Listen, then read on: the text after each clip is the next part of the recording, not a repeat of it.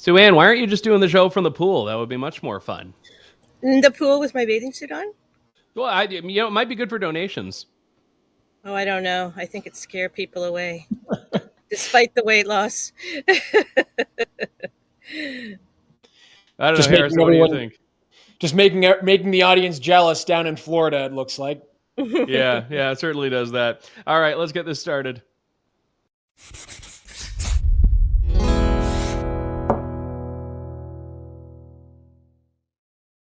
Welcome to Off the Record. This is True North's newest show where we all shed our inhibitions and pretenses and let loose. We both cut and let loose on the stories of the week, some of which we've talked about on our show and have reported on, but we do it in a more casual and informal way, and we have tried to have, anyway, some fun in the process. We've had great feedback on this so far, so hopefully we'll get to some of your responses as the show progresses. Last time we forgot, and this time I might forget too, because I just remembered now. So we do eventually want to read your comments on this. Anyway, joined by Harrison Faulkner, host of Ratioed and The Faulkner Show, and also Sue-Ann Levy.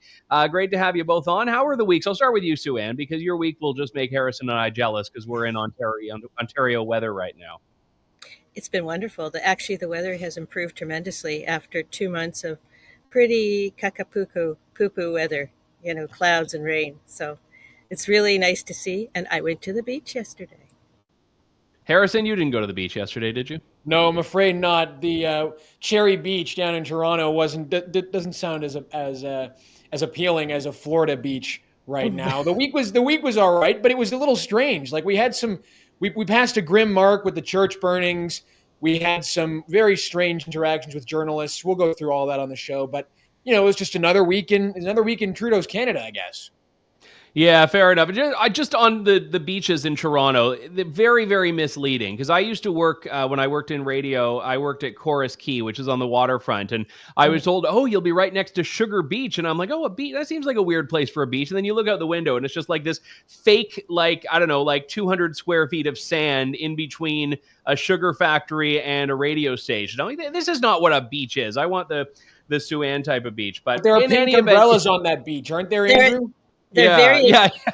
You can put umbrellas up. That doesn't make it like plus 30 degrees and salt water. It's I don't even know if you can go in the water there. I think it's just like an over. I just don't get it. I just don't get what Sugar Beach is supposed to be. That's it. If you're from Alberta, you're like, what the hell are they talking about? So let's talk about something that can unite us all, which is the spectacle that is Pierre Poilievre versus the media.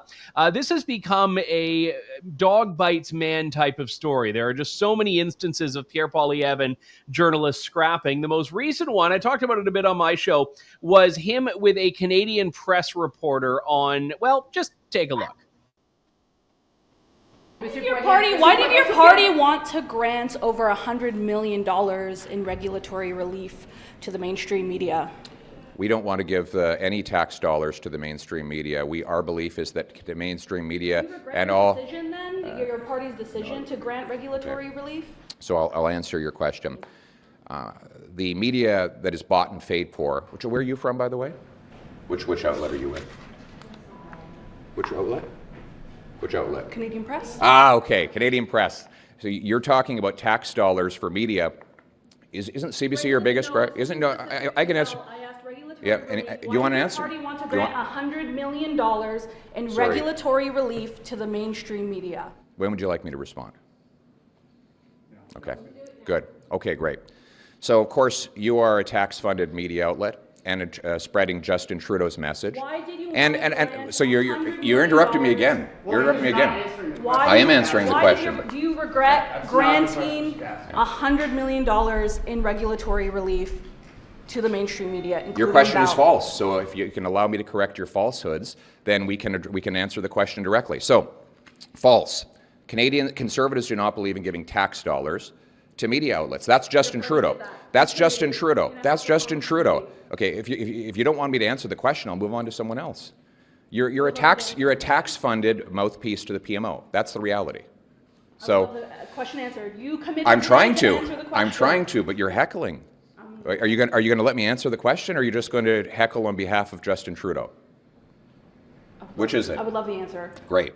So our party does not support tax dollars for media outlets, because that's when we end up with biased media like you, who come here and articulate the PMO talking points rather than delivering real news to the Canadian people.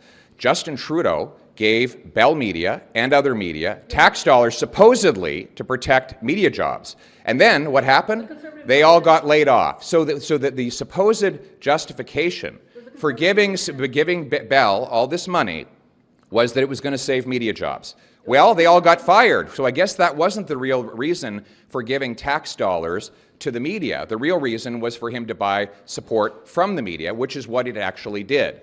So we believe that media should be driven by readership, viewership, and listenership, and that's what allows it to represent the Canadian people rather than taking marching orders from the PMO. All right, on a scale of cringe to stick it into my veins, where are you on those sorts of exchanges, Harrison? I'm all for it at this point. I really am. I have to say that the Conservative base was crying out for someone to finally address the legacy media this way, and we've got it. Not everybody is satisfied with Pierre Poilievre so far, but I think it'd be tough for many Conservatives in this country to say that they don't enjoy seeing the Canadian press and CBC get treated this way when they ask ridiculous questions like that. So I think, you know what? I'm all for it. I think it's well past time that some of the legacy media press in this country got a taste of their own medicine and were treated with the kind of respect that they themselves deserve, which is not a lot. Yeah, Sue-Ann, you've been a political candidate in the past. You've also been, for much more of your life, a journalist. How do you look at those sorts of exchanges? Delicious. They're absolutely delicious. Love them. I spent 20 years at City Hall in Toronto, and I was the lone person out asking tough questions. And I always got put down by the person I was asking the questions of, particularly the mayors. And everybody else would laugh and find it quite funny. And it's nice to see the shoe on the other foot. And the thing that really, really makes me happy and find it delicious is that Pierre is so cool about it. He doesn't get ruffled in the slightest. He has a great technique. And it's about time, as Harrison said, that these people were called out, because I find it despicable. So you don't take the Pascal Saint-Onge view. I infer from your answer that this is an attack on democracy. She really said this. Take a look. I just want to get back on the altercation between Pierre Poilievre yesterday and a journalist from Canadian Press. First of all, I want to say that he's pretty thin-skinned. It's our job when we're politicians to answer questions from journalists. We're accountable to the Canadian population, and it's the journalist's job to ask those questions. Some questions are difficult, some questions are easy. Yesterday's question was pretty easy. He was just asked to explain why his party introduced an amendment to lift fees for Canadian broadcasters. It's a pretty easy question. It's his party that brought that forward. So yes, when you're a politician, you need to answer questions. And when you're attacking the press, when you're attacking our free press, you're also attacking democracy. It's unworthy of a leader. Now, I should just say, I've never interviewed Minister Saint-Onge. My one attempt at doing so, it was a couple of months ago. She was leaving question period. It was around the time that there was a big kerfuffle about C-18 and the Facebook news ban and all of that. And I had one question, and she got into the back of her limo so quickly and passed me off to a staffer who said to text him, and I did, and I never heard a response. So this whole, we are there to answer questions. Yeah, a load of crap. So Harrison, attack on democracy, what do you think? Well, it's a lot easier to answer questions from the media when you pay them off to write soft articles about you. It's a whole different story when you're the opposition to the government that's stuffing the pockets of the media. I should also say that journalists and the politicians are supposed to have a combative relationship. They're not supposed to be patting each other on the back. They're not supposed to be, treating each other with kid gloves. A sign of a good democracy is when the journalists fight back against the politicians, and the politicians have a right to dish it back as good as they receive it. So again, this is just completely ridiculous. And one more thing, giving them money, giving media the taxpayer dollars is a lot different than lifting taxes on broadcasters. And anyone who pretends as though that's the same is obviously just trying to confuse the public and push political talking points. Yeah, what's your read on that, Sue-Ann? Well, I think, she is a giant hypocrite. I mean, all we have to do is look at some of the tape. I mean, the proof is in the pudding, in the tape of Krista Freeland, for example, calling security and roughing up one of our colleagues from Rebel Media, Dave Menzies. I mean, Dave is a character, and sometimes he asks for it, but in this case, he didn't. He asked a hard question. It's really, really quite hypocritical to hear her talk that way, because I don't know about you guys, but I was muted, banned on Twitter, blocked, you name it, by politicians who didn't want to answer my hard questions. So it's kind of rich to hear her talk that way. Yeah, and also let's not forget Justin Trudeau is the guy who will, say, oh, the Globe and Mail story is false. The guy who bans media he doesn't like from being there. Right. So it's not even like they're living up to this lofty aspirational goal that they're setting out for others of, oh, we'll take all questions whether we like them or not. Yeah. They never do. They never do. They cherry pick, and most politicians do that. They cherry pick the ones that are from the friendly media. The amount of softballs that I, during my career, heard other media lob at various and sundry politicians was appalling. I mean, nobody ever really got, many, many sides of the story or the hard side of the story. So, I mean, listening to her, the big difference, Harrison and Andrew, is that now we've got somebody who's actually fighting back, and it's about time. Yeah, and it flips the script. Like the next election, because we're used to seeing the whole deferential thing that Aaron O'Toole and Andrew Scheer did. So we will keep an eye out for that. This is a story that really was quite shocking, and I want to get both of you to weigh in on this. But let's play the video, and just to set the stage for it here, this is a very heated demonstration that was taking place outside a Richmond City Council meeting in British Columbia. The discussion was about a proposed supervised injection site, a so-called safe, by my quotes, so I need to bring in more, a so-called safe injection site in Richmond, which people in the suburban community clearly didn't like, hence them coming out to be heard before City Council. But then this happened.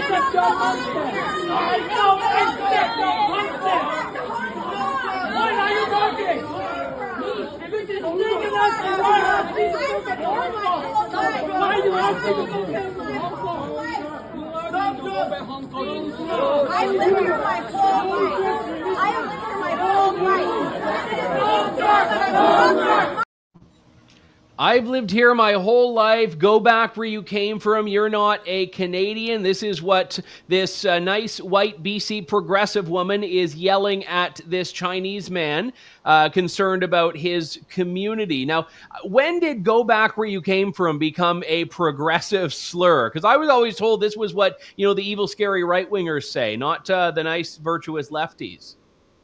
Yeah, well, we heard that from the people who are protesting the Freedom Convoy as well, didn't we? It is becoming one of those new progressive slurs against those who they disagree with. How the tables turn, I guess. But notice what that woman says there. This is not Canada. Apparently, she thinks Canada is supposed to be a country where every city is infested with drug addicts and with the destruction that comes with it. I guess that's what she wants for Canada. And anyone who disagrees with that must go back to where they come from. Well, I'm come from Canada, and I don't want to see my city, although it already has been in Toronto, turned into a drug-infested wasteland. But it's just completely ridiculous. But again, what you're seeing is sort of the crumbling of the left here, falling into the traps that they set for their opponents. Yeah, and I mean, look, I don't know this man who was in that, and I feel bad he was subjected to that. But oftentimes, I've always said immigrants have a much more idealized version of what Canada is and should be than many people who were born here, because they chose to be here. They chose to come here. And this guy then sees people overrunning his community with these policies, which are magnets for crime. You've covered these sites, Sue-Ann. Like, so who is more Canadian? The Asian man that says, I don't want this in my neighborhood, or the progressive woman screaming at him? Well, obviously the Asian men, all they have to do, all these people, is walk to east in Vancouver, the east side of town, downtown Vancouver, and see what a safe injection site has produced. I mean, it's a drug addict wasteland. I was there last year, and it actually made me physically ill to see the way these people are living and allowed to live on the street, in their fentanyl poses, in their urines, on their urine-soaked sidewalks.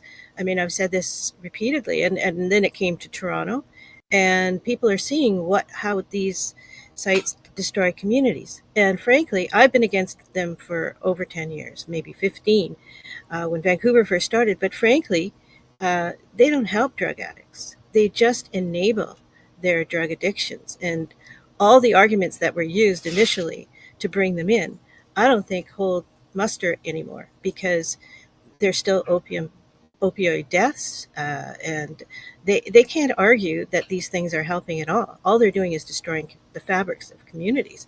Go to downtown Toronto and you'll see drug addicts lying on the street. Well, yeah, and that's the thing here. I mean, when was Insight in Vancouver, which was sort of the first one? That has to be, 15 years ago now that came up.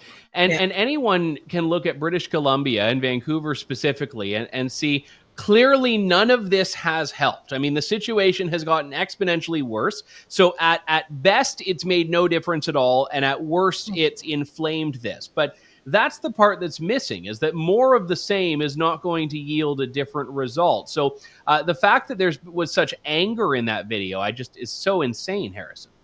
Yeah, and the reality is it hasn't worked at all. It is not saving lives.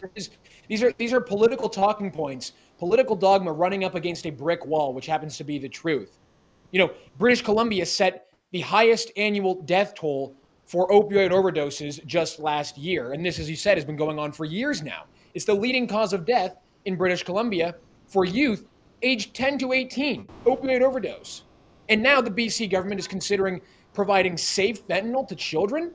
I mean, anyone who thinks that this is saving lives, as the addictions and mental health minister at the federal level will constantly repeat, or as British Columbia officials themselves will repeat, is running at extreme odds with the truth. And they're just they have their eyes shut. They don't want to address the fact that this is making life worse. It's ruining communities, and it's ruining lives. It's killing people.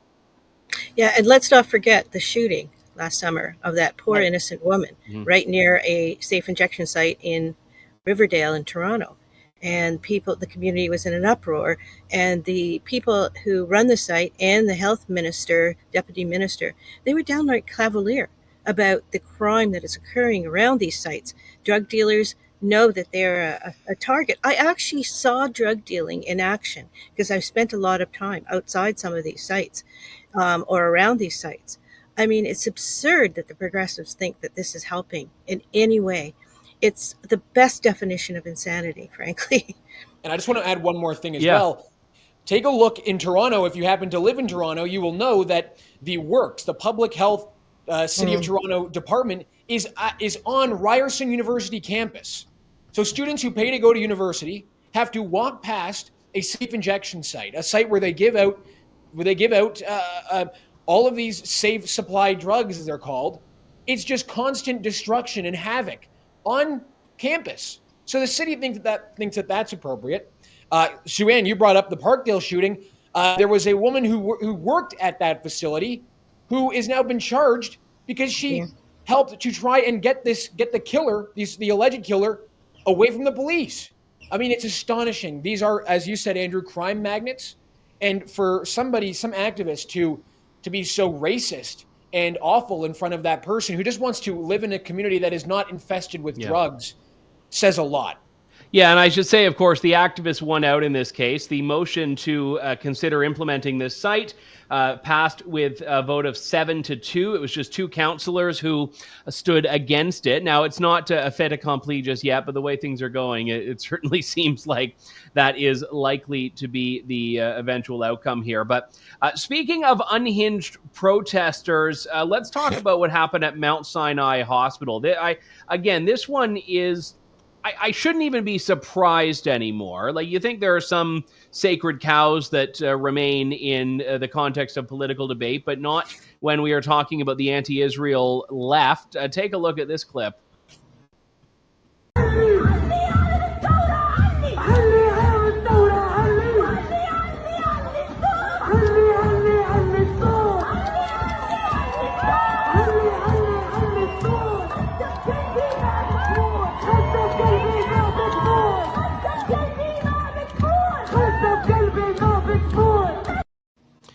I mean, 10 out of 10 on the climb, 8 out of 10 on the rhythm of the chant, 0 out of 10 on everything else. Sue-Ann, I'll just give you the floor on this one as our Torontonian and also a Jewish woman who's been on the front lines of this anti-Semitism stuff for years.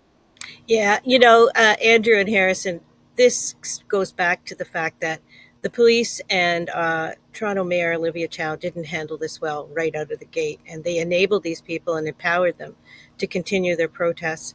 The last I spoke with the police, there were, I guess this makes it about 495 protests in Toronto by mostly the anti-Israel left radicals. I call them terrorists. Their tactics are intimidating, to strike a Jewish hospital. Somehow they thought that related to Gaza and what's going on in the hospitals there, although that is all propaganda because the IDF never struck any hospitals, as that has been proven. But they just, many of them are people who are just totally indoctrinated, ignorant of the reality of what's going on, and they just get caught up in the craziness. I mean, they've found a purpose. I follow all of them on social media, and I follow the leaders, and somehow they think that these protests are going to help in some way. I think they're all mentally unstable, frankly, and I think that the police, and they're now handling it much better, but there were weeks and weeks, like almost 8 weeks of them not handling it well. And this has just encouraged this craziness. More charges should be laid. I mean, the person, when politicians give their platitudes and make their statements like Olivia Chow did and the others, like, you let this happen. I want to say, you let this happen.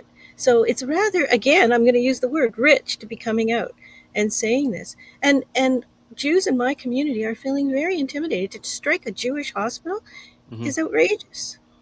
You mentioned Olivia Chow, so she did eventually condemn this, and Justin Trudeau eventually did as well, and Doug Ford, and so they all eventually did. But it was notable how slow they were compared to if there had been, an attack on a mosque, and we've seen this happen. But the way that the left responds to this, so Olivia Chow, who's been like a darling of the far left and the even farther left for years, Olivia Chow puts out her condemnation on Twitter. I won't read the whole statement, but Nora, real communism has never been tried, Loretto, decides to respond this way. Let's put up her post on X. She says, Chow betrays everything it means to be progressive. Now, I leave that up, though, for a second, because Olivia Chow says a hospital is a sanctuary. Yesterday's actions were unacceptable. Targeting Jewish institutions is anti-Semitic, and hate has no place in our city.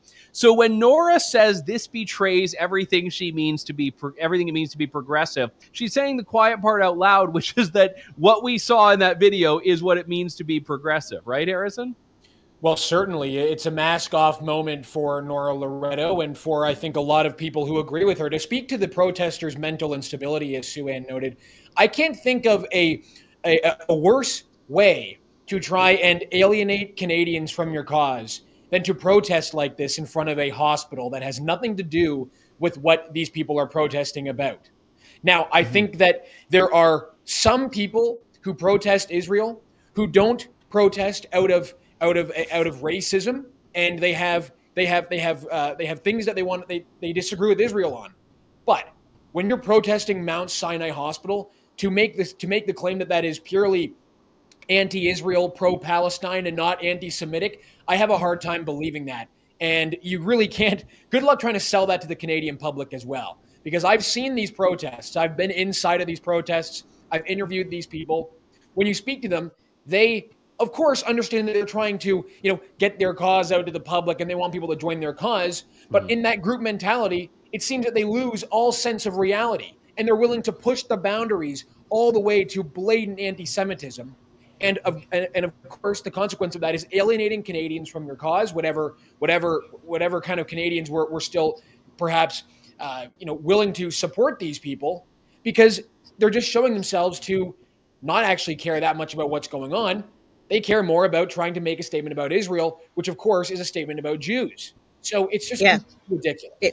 It's a deep-rooted Jew hatred, and it started with targeting Cafe Landoir, Aroma, remember, at the beginning, and going in front of the Israeli consulate. Well, that's, you could make a sort of stretch it that is related to Israel, more so. But to target Jewish businesses, Indigo, the people who were charged with Indigo didn't think they did anything wrong, even though they engaged in civil disobedience. All these actions were not targeting Israel. They were targeting Jews. Let's make it, pure and simple, frank statement. They were targeting Jews. When people write me on Twitter and say, you are a Zionist pig or you're an evil Zionist, they mean I'm an evil Jew. They're not talking about Israel. It has nothing to do with it. And also, and I think on that point, I believe that anti-Semitism and anti-Israel sentiments can be distinct. I believe they can be, but the Venn diagram is a lot more like a circle than these people tend to admit. And I think that when push comes to shove, the nuanced, reasoned, moderate, non-anti-Semitic critique of Israel is basically as elusive as, the Yeti in the wilderness of the Himalayas or something, because 9 times out of 10, it's just trying to put lipstick on a very anti-Semitic pig. Yeah, and they talk about, you're genocidal. You support genocide. This is the repeated comment I get. You're, Zionist. They use the word Zionist. They use the word Hasbara. And like you say, they're trying to put lipstick on what is really deep-seated anti-Semitism. And as well, these protesters will say this is about human rights. This is about protecting Muslims who are being killed by Israel. But these protesters don't care about the Uyghurs in China. They don't speak up about other Muslims who are being killed by other Muslim countries. They speak up when it has to do with Israel. It's clear this has nothing to do with human rights, because they have lots to protest about if it was really just about human rights. It's not. It's about Israel. And as Sue-Ann says, it's something much worse, much deeper. We say in the Jewish community, if it's Jews, it's news.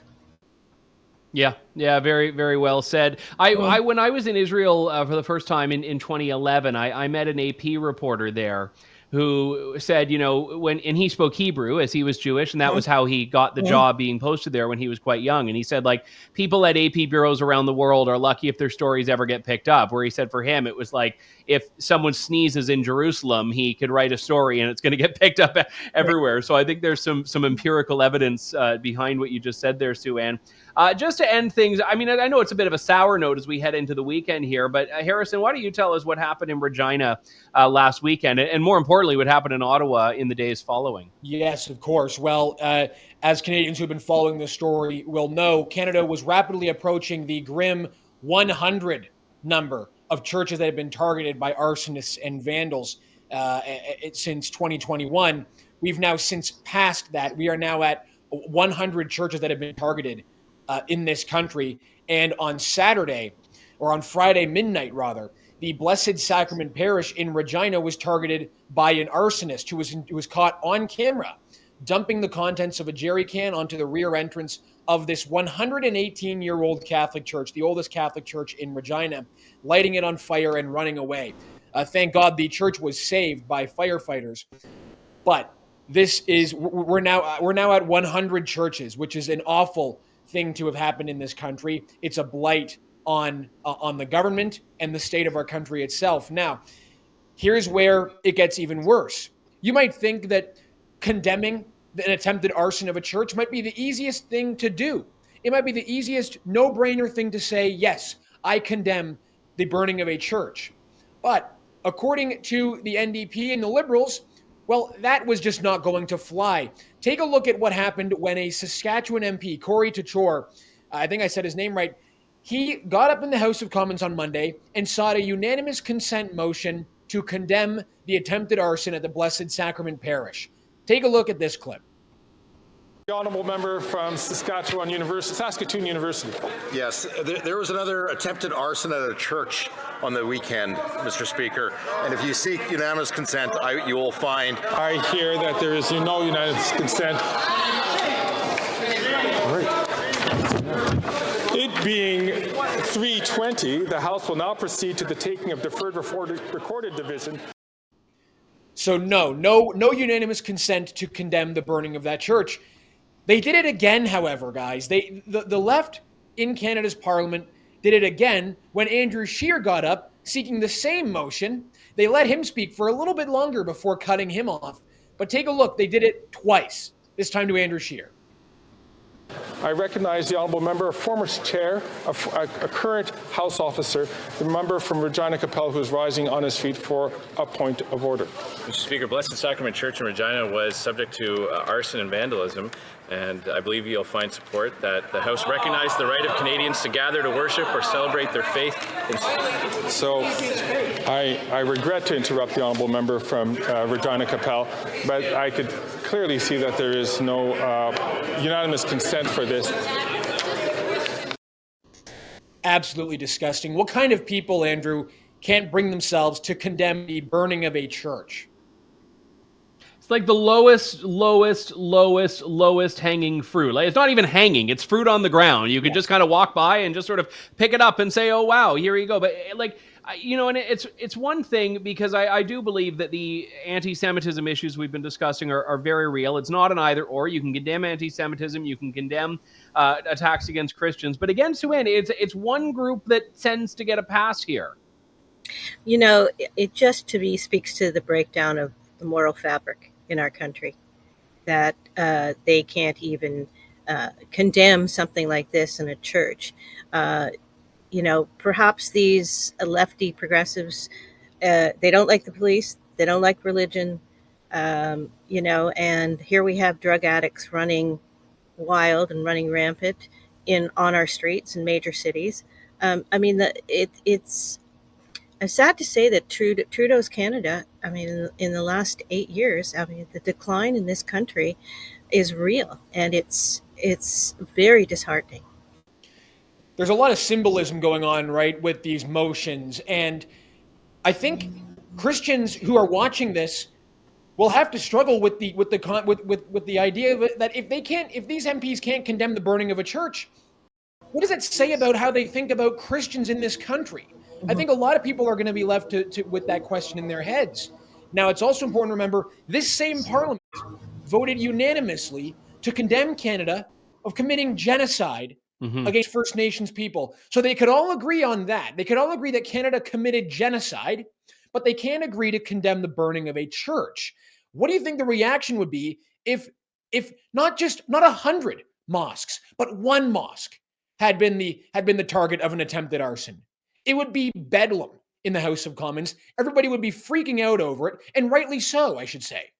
But and Trudeau would have been on a plane there. He would have been there within hours. And this is the thing that's happened. When there was that debunked, you would remember this, Sue-Ann, because it happened in Toronto. There was that debunked hijab hoax where a young schoolgirl had basically falsified a claim that her hijab was ripped off. And this was like, Trudeau was condemning it. And then when Toronto police said, yeah, okay, this never happened.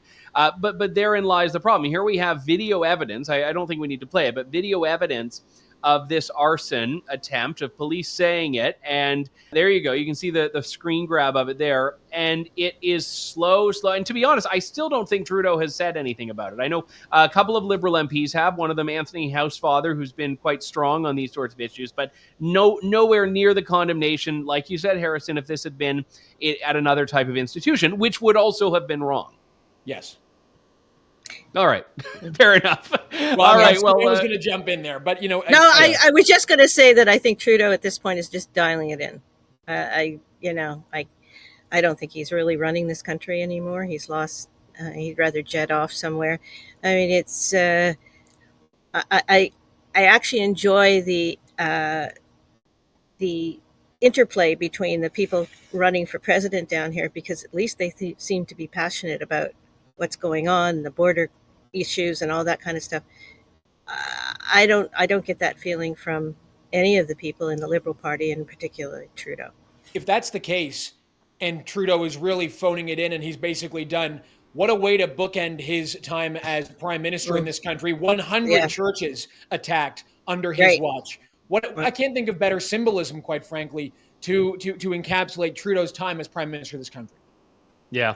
Very, very well said. Well, that is all that we had, but I do want to give some comments, because we said we were going to. Well, I don't know if we told you we were going to. We said internally we were going to. A couple of comments from last week's show here.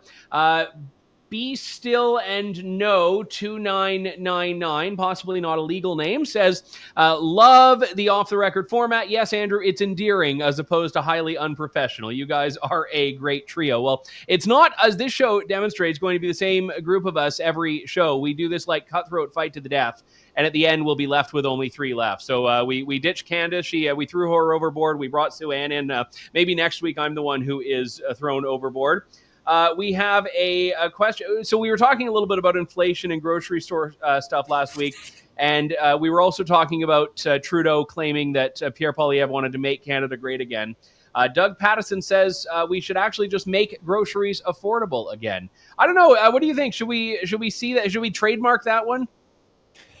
That's a good one. I think part of making Canada great again would be making groceries affordable, would be making life affordable. So they work together. But make Canada great again and make groceries affordable again. The acronym doesn't sound as good as MAGA. Yeah, MAGA is doesn't roll off the tongue. You're in MAGA territory down there in Florida, Sue-Ann, right? Yes. The groceries are still pretty expensive here. I mean, I think it's part of a giant trend. And let's not forget the fuel, gas as well. Oh, when I was in Davos with Sean Thompson and Cosmin Georgia from our team a few weeks ago, reporting, we were not like Klaus Schwab's, invited elites. We had a rental car and we were driving around, and I never thought I could have a gas bill that would make me long for the gas prices in Canada. That's how bad it is. So, I mean, the one saving grace is that in Europe, like, we had this van, and I forget how much it was. Like, with the exchange rate, it was something like, $200 to fill up the tank. It was insane. And we were driving back and forth a whole bunch. We'll do one more comment here. We have one. Who is this here? This is from Woodjidges. You guys got to work on your YouTube screen handles, by the way. It's regarding Harrison's rental story. The rules are being broken with these illegal rentals. You have to provide a secondary means of egress because of fire. That window in the basement doesn't look like it would cut it. City bylaw and fire departments should get on this. Are they, Harrison, or has this just sort of been a thing where they're all just letting it go? Well, I think if these landlords were interested in following the rules, we wouldn't see these listings in the first place. We've long since passed, rules governing how these landlords are going to operate. These slumlords don't care much about the rules. But yeah, I can't. It's a bit of a nightmare spot, that basement department, to be in. And I mean, of course, it's against the rules, obviously. All right. Well, that does it for us. My thanks to you, Sue-Ann Levy, and you, Harrison Faulkner, and all of you who tuned in for listening to this program. Just a reminder, everything you've heard in the last however long we've been doing this was off the record.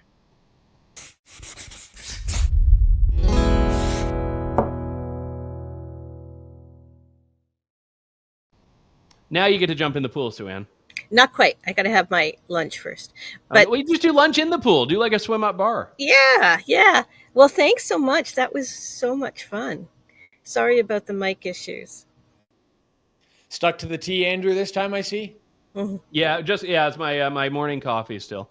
Yeah. I don't have anything good to add to that side. I'm teetotaling it, so I'm doing the Diefenbaker teetotal. So I've just I got like water. it. Yeah, you're a lucid and sound mind whenever we do this show. Sober second thought for. Oh, there we go. Andrew That's the second name of the show. If we rebrand it, sober second thought. Second thought. Yeah. Yeah.